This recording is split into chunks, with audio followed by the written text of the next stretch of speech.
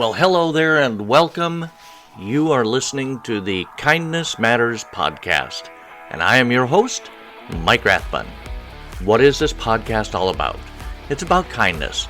It's a pushback against everything negative that we see in the news and on social media today, and it's a way to highlight people, organizations that are simply striving to make their little corner of the world a little better place. If you want to join in on the conversation, feel free. Go ahead and follow us on all of your social media feeds. We're on Facebook, Instagram, TikTok. We're even on LinkedIn under Mike Rathbun. Check us out. And in the meantime, so sit back, relax, enjoy, and we'll get into the Kindness Matters podcast. Hey, welcome to the show, everybody. Thank you so much for joining me, for taking 30-ish minutes of your day to listen to little old me and my amazing guest. If there's something in this episode that speaks to you, that inspires you or motivates you or moves you, please feel free to share it. Share it with your friends, your family, your work colleagues. Perfect strangers on the street is great. Just, get the word out, and I would appreciate it. And so let me talk to you about my guest today. My guest today is Michelle Joy, and she is a therapist, a coach, a certified Enneagram, we'll have to talk about that one, a teacher, and founder of the Global Joy Institute. Her institute helps bring joy to people all over the world. For those in developing countries, it looks like food and clean water. And for others, it's helping people live their dreams. She has a philanthropic initiative in Uganda, I guess. I said that wrong. Which was a childhood dream of hers. And she has traveled to over 35 countries. One trip was a solo trip around the world, and she helps her clients live their best lives. This is going to be such a great show. Welcome, Michelle Joy. Thank you, Mike. Thanks for having me. And I wish I had traveled to 35 countries, but I haven't. But, traveling looks a lot different nowadays, doesn't it? Absolutely. Yeah. Yeah, it's been a while since I did that, but I grew up on a farm, in the Midwest, and it was an isolated area, but I remember that I would kind of lay on the hills and the pastures, and I would look at the sky and kind of ponder life. Really, I was like, what is the bigger purpose? As a kid, I did that. Why are we here? What's this all about? And I had a desire to expand and to see more and to experience more at that point. Yeah. Those are big thoughts for a kid, though. Why are we here? I think some kids do it anyway, but I mean, that's a lot to contemplate. Yeah. I can talk, really, I can. Yeah, I was kind of thinking like introspective. I've always been a pretty introspective person. And I remember in the third grade, I do remember this, but I also have a written kind of assignment. Still, I saved it, where the teacher would ask us, if you could do anything, what would you do? And this was in the third grade. I said, I would grow long legs and I would walk over to Africa and I would help the people. And I don't know why I chose Africa. I don't know why at the time, but I had that in me, to have a bigger impact or to help people in other countries at that point. Yeah, sure. Yeah. Wow. And you did that event, or you're doing that, not just did it, but. Yeah, it's kind of interesting evidence that I had that in me. I think that points to the idea that we're all kind of born with a purpose. We're all kind of born with something that I think we want to do and a reason why we're here. And, I'm the host and the creator of a summit called the Life Purpose Summit. And I talked to 20 different speakers, and it's kind of unanimous. And we're talking about, they're looking at your fingerprints. The guy who owns, Richard Unger, who owns the Institute for Hand Analysis, he's read 60,000 hands. And he's like, this is really a blueprint and all these different, anyway, everybody says, we're all here for a reason. We're all here to for a very specific, unique reason. I think that kind of points to that, kind of remembering what we were interested in as children. Yeah. Oh, and I believe that. I believe that, and however you want to frame that, that we are all put on this earth for a reason. And I think some people, they search their whole lives to figure out why they're here. Do you help with that? Do you help people figure that out? Yeah, I do, because I think what happens is as adults we forget. We forget what we were interested in as children, and it's so easy, especially if we're bogged down with working full time or we have a family or all these stresses and responsibilities. It gets to be kind of the same old in survival mode, and when we're in survival mode, it really isn't conducive to also being in touch with what drives us or what our passions are. So a lot of people say, I don't really know what my passions are, or I forgot what they are, or I don't have anymore. And I think we just lose touch with it because we get so consumed with getting things done and we go into Yeah. survival mode. Really. I have so much on my plate. Right? Yeah. That's so cool. I had a question. So now you are a big believer in joy, I so much am. so that you changed your last name to that. Well, yeah, I'm married into it. So I inherited this last name of Joy. Yeah. Oh, I thought you changed it. Okay, never mind. I thought you legally changed your last name to Joy. Well, Yeah, you I did, did, but it but was a result of, yeah, I married this guy, okay. had his last name of Joy. So that's how it happened. But I've used it, I think it happened to align with something I believe in. So it was kind of a coincidence or synchronicity, because I think that part of our quest in life as humans is like, how can we feel more joy? But Yes. again, I think it's kind of tuning into what what drives us, what we're passionate about. So you asked earlier, about my philanthropic initiative or my interest in helping people in other countries. When I moved into adulthood and I was on my own, I found myself volunteering a lot. And I volunteered from everything to Make-A-Wish Foundation, which I was very passionate about, to Yes. spending time with Holocaust survivors, just, being company for them, to all kinds of different events. So I did a lot of volunteer work. Uh, and I found that really lifted me up. It really made me feel good. And then but I've always had an interest in helping people in other countries. And so I did found a philanthropic initiative in Uganda, and I call it Global Joy Giving. And we've been able to do some great things so far. We've brought clean water. We put in a clean water well to hundreds of people. And one of the way that was when I was first starting out. And the way I did that was it was my birthday, and I went on Facebook and I said, guys, I have a birthday wish. I would love if you would donate to my cause. And here's what it would do. And it would bring clean water. That was the project we were working on, to these beautiful people in Uganda. They don't have clean water. And I saw there was a video that's showing what they're doing instead. Oh my gosh. And so I was able to raise funds for that for then. And we've since done a lot of other great things at that location. Yeah. And your organization, your Global Joy, you do a lot of work with like helping people in Africa start their own businesses, right? So that they can be self-sufficient. I love that idea. I've heard about it before. I absolutely love that. Can you tell me more about that?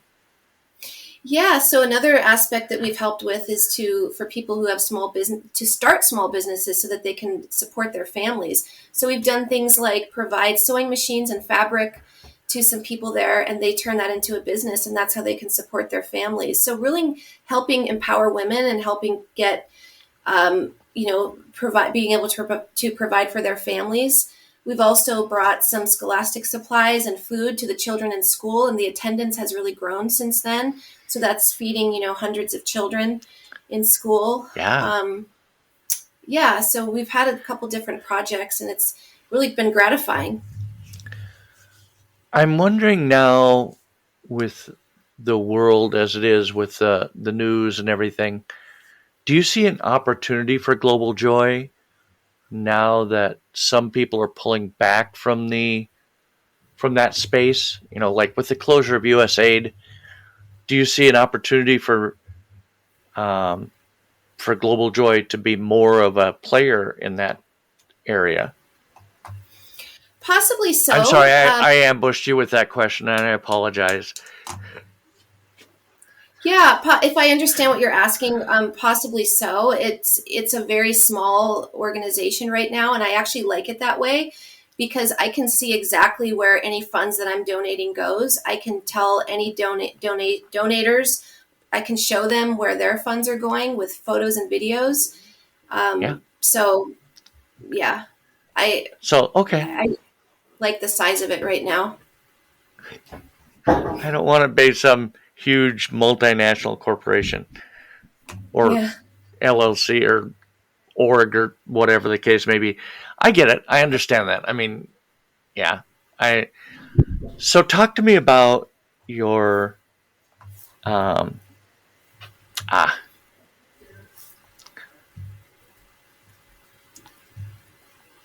huh, I've lost my hearing, I think. Talk to me more about the work that you do as far as mentoring or coaching. Sure, sure. I just wanted to say one last thing about the Yeah. philanthropic initiative before I forget, and then I'll move into the coaching part, which is, along the way, a lot of people say, like, why don't you help the homeless people up the street? I think just right in your own town, people need help, Right. and it's true. But I'm kind of a believer in doing what we feel called to do, really, and what I feel a passion for. So I think people need help all over the place. Oh, for sure. In terms of the I mean, coaching, there are. yeah. I'm sorry. Go ahead. There is so much need all over the world, and I don't think anybody can fault one person for focusing on one area versus another. I know I talked to a guy earlier today that is trying to just end school lunch debt in his area. We each have a thing that we're called to do, and I don't think anybody should be able to judge that. Yeah, I think so too. I like I said, I'm a believer in each person kind of doing what they're called to do, and I think that's why we're here. And that's a Yeah. little bit about what I would say in terms of you asked about the coaching and mentoring, and that's really what I Hmm? help people do. So I do a few different things when it comes to coaching and mentoring. One of them is I help people communicate better with each other. I think that's really important because it provides peace in the family and peace in the home for children to grow up in. I think when we are in a relationship, we kind of go off of what we learned when we were kids. We watched our parents, and they're just our parents. We all doing the best we can, but nobody really Yeah. teaches us how to be respectful with each other, how to communicate, how to be heard. So I'm very passionate about teaching people communication and conflict resolution to bring more peace. I think that has a ripple effect outside the home. So that's one portion of Okay. what I do. Yeah. On that subject, what do you see? What do you see the most often in your business in that area, the communication, that people are doing wrong? A couple Well, comes to you and yeah, here's a pretty key area that a lot of people are doing wrong is because I don't agree with you, I have to um, disagree with, I have to like interrupt what you're saying, get defensive. So let's say my partner tells me I'm controlling. Let's just say that. And then it's like, yeah, okay, I'm going to get defensive. I don't agree with you, rather than saying, tell me more. When do you think I'm that way? And how's that feel toward you? And what are some examples? And I think if we just get defensive, we miss an opportunity to understand our partner and maybe to grow, right? And to become a better person and a better partner and improve our relationship. So that's probably the yeah. number one. Can I disagree with you and try to understand you at the same time? That's probably a core piece of improving communication. Oh, sure. Yeah, no. And you started to say that, and I held up this mirror, and I'm like, yeah, I'm totally guilty of that. And I think we all I are. know It's exactly awesome. what you're talking about.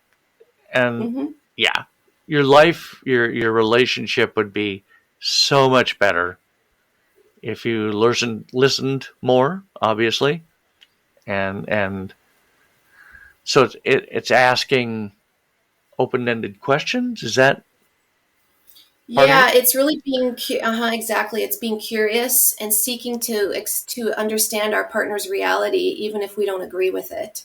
We always think, "Oh, I have to agree with what you're saying." It's usually like, "No, that's not fair," and I don't agree with how you paint the picture of me is inaccurate, and then it's just off. And I think that can really stifle relationships.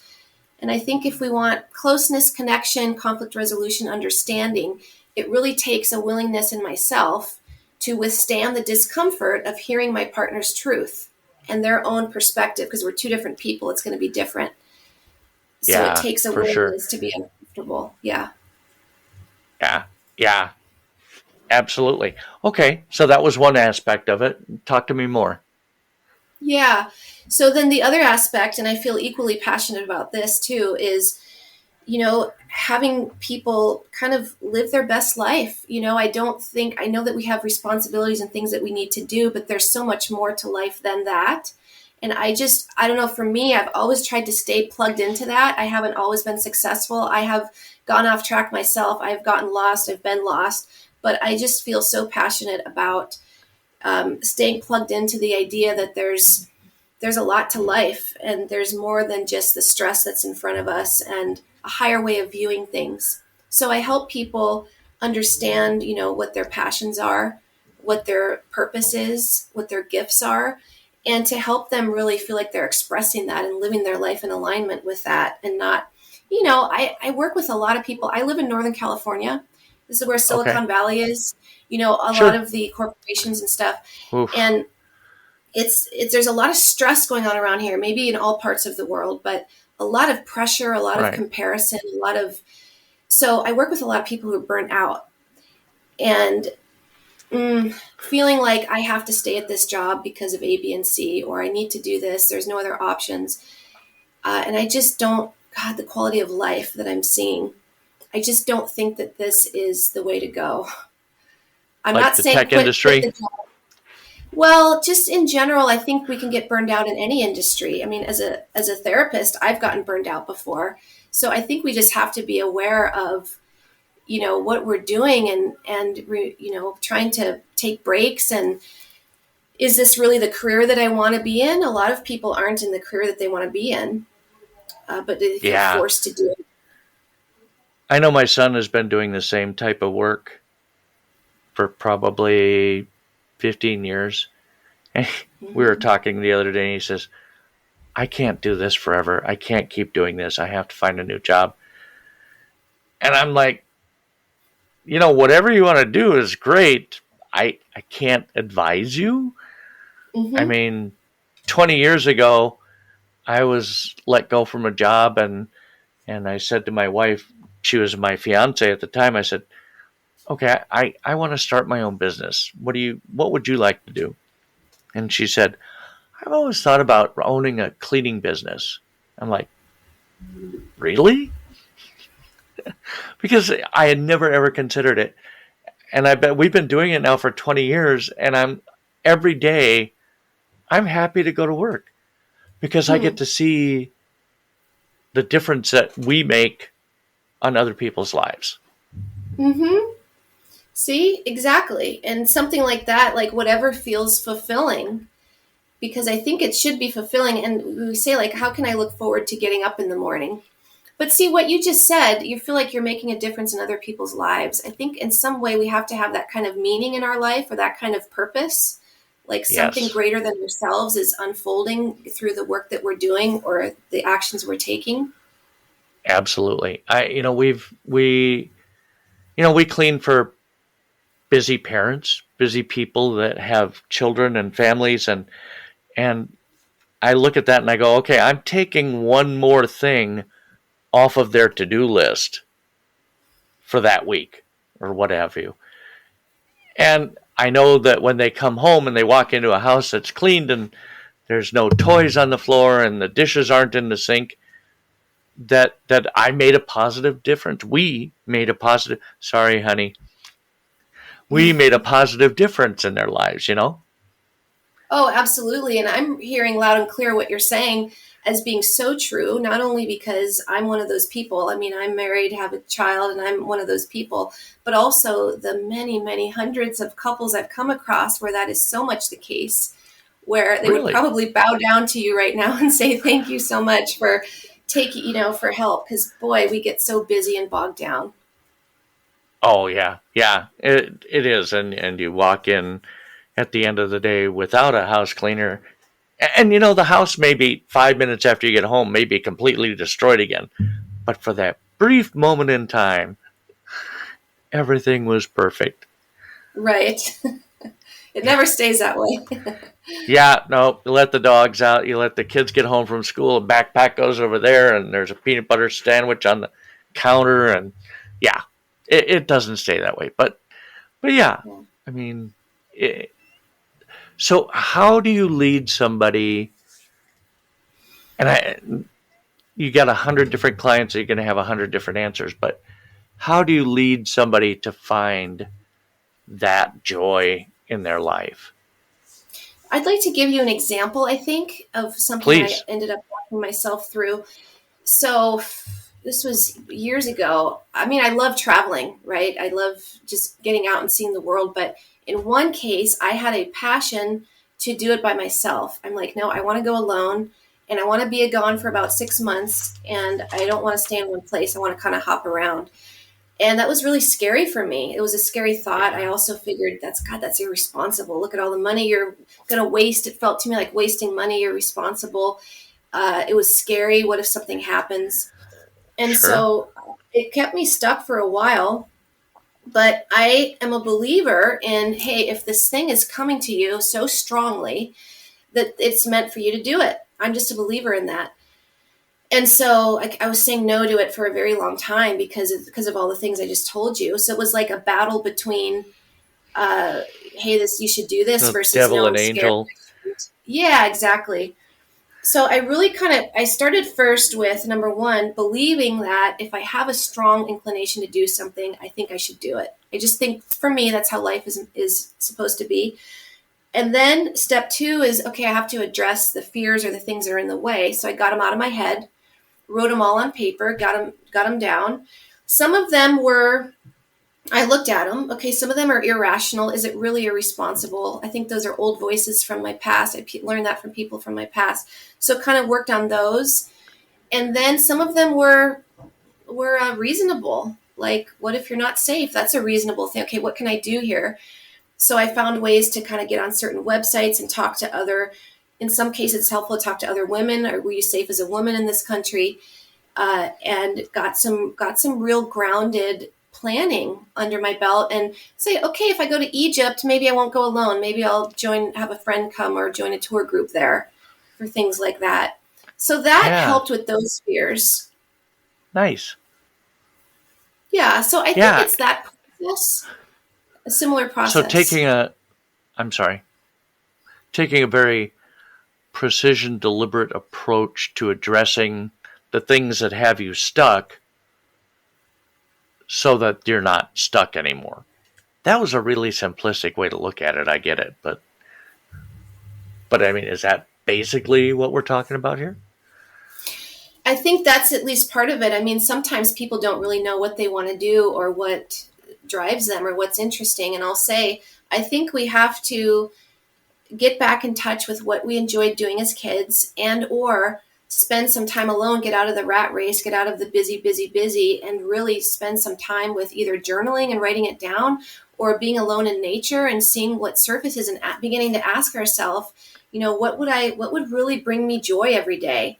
It doesn't have to be something big. I'm not telling people to go and travel around the world. That's not my point at Right. all. Sometimes it's something we start with whatever it is. I would like to, have 10 minutes a day to go stand outside in the sun. I don't know what it is, but just something. What can bring me Sure. joy? And sometimes it's like, if it's not big, I'm not going to do anything. But we start with just go with the small stuff. We start judging these things in our head instead of just going with it. So to me, it's that getting Yeah. in touch with what we want. And then, yes, the second part is we're always going to hear a yeah, but. Yeah, but, and so we have to get that out of our head, put it on paper, and then look at it one at a time and say, this is what's keeping me stuck. What can I do about this situation Sure. to get Yeah, beyond it? you were talking about writing down your fears and then going through with the list, and I immediately thought of journaling. That's a huge help for something like this, isn't it? It's a huge help because I think when it's in our head, God, anxiety can swirl around and around and around, but getting it out, now we've externalized it. And I think if we get it out of our head, we can look at it more objectively because it's not just in, we put it down, we can see what it is. And it allows for us to discover or explore what can we do with these things. Well, some of this is a legitimate concern. This one's not Sure. just an irrational fear. Yeah, so Right. it comes Yeah. up with a game plan and helps us get unstuck. Yeah. For sure. Um, and I've been there with the We all have. around in your Yeah. head, and oh, we all have been. I guess I shouldn't say it's not unique to me, Mm-hmm. um, but yeah, it'll oftentimes looks a lot different when you're looking at it written down than when it's swirling around in your head, right? Absolutely. And something else that I've done is I've written it down, gotten those things out of my head, put them down, and then I'll wait for about a week. And I've even mailed myself a letter before in the past. I've mailed myself a letter and thought, pretend that somebody is mailing you a letter and you're the wise wizard and they need help with figuring out how to navigate these things. And then I'll just pretend it's not me and I'll write back. And then I'll wait another week and I'll read it and see if that is a higher way of looking at it. Or I'll just do it right on the spot too. But I think putting some space in there is helpful when responding to it. It gives you perspective, right? Yeah. But Okay, sometimes we one more can't do thing. that stuff alone. Sometimes we can't do that stuff on our own and we need the help of an outside person who is not in it, where they can see things more clearly, because we all have blind spots and sometimes we don't know how to sidestep them. So like a coach or Is a that mentor or something is helpful. I was going to say that's where you come in. Yeah. Nice. One last thing before we wrap up, talk to me about Marriage Prep 101. Yeah, it's Marriage Prep 101 is a bit of a subsidiary of the first sort of way that I help people, which is helping people have great relationships. And I work with a lot of, part of the population I work with is couples, and sometimes they've been together 25 years and I see where they've gotten off track. And if only we could have started off on a different foot in the beginning, it would make a difference. So I'm real passionate about, hey, when you're first dating or before you're married or you're newlyweds, let's learn some really effective tools that may not be common knowledge for you to instill so you can start off on a positive trajectory in your relationship. And if you both decide that you're going to do this from this day forward, it can really make a difference in the longevity of your relationship. So Yeah, it's a for 7-hour sure. program. Yeah. It's a 7 hour. I'm sorry, what?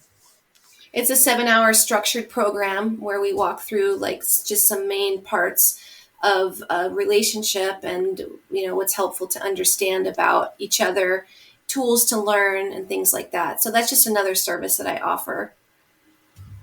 Just another service from the many faceted Michelle Joy. Oh, Michelle, it was so lovely having you on and speaking with you. I absolutely love everything you're doing. And you're making such a positive difference in the world. I really appreciate you. Thank you. And thank you for what you're doing as well. I love the message behind what you're doing. I think it's important. Thank you.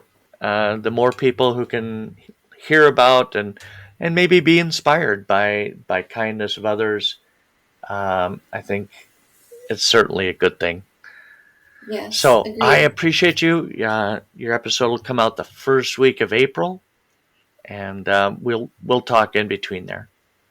Okay. Wonderful. Thanks for having me.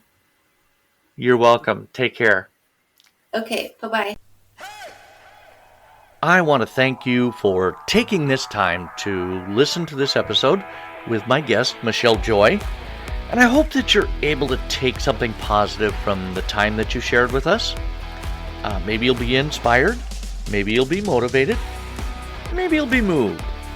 If you experienced any of those positive feelings, please consider sharing this podcast with your friends, your family, your work colleagues, strangers on the street. No, okay, maybe not. That might not be a good thing. But, I'm always striving to offer you a better podcast. And so, in that vein, feel free to give me some feedback. Let me know how you think I'm doing. You can email me. You can leave a message on my socials. Anything at all would mean the world.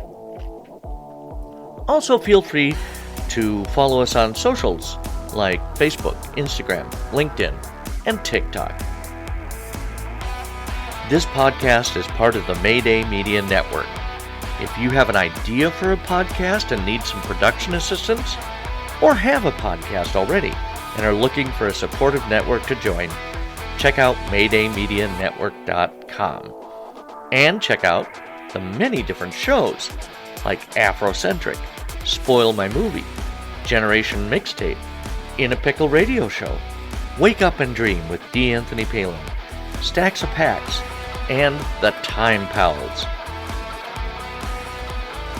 We'll be back again next week with a new episode, and we would be honored if you would join us.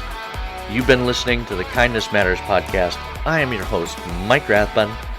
Have a fantastic week.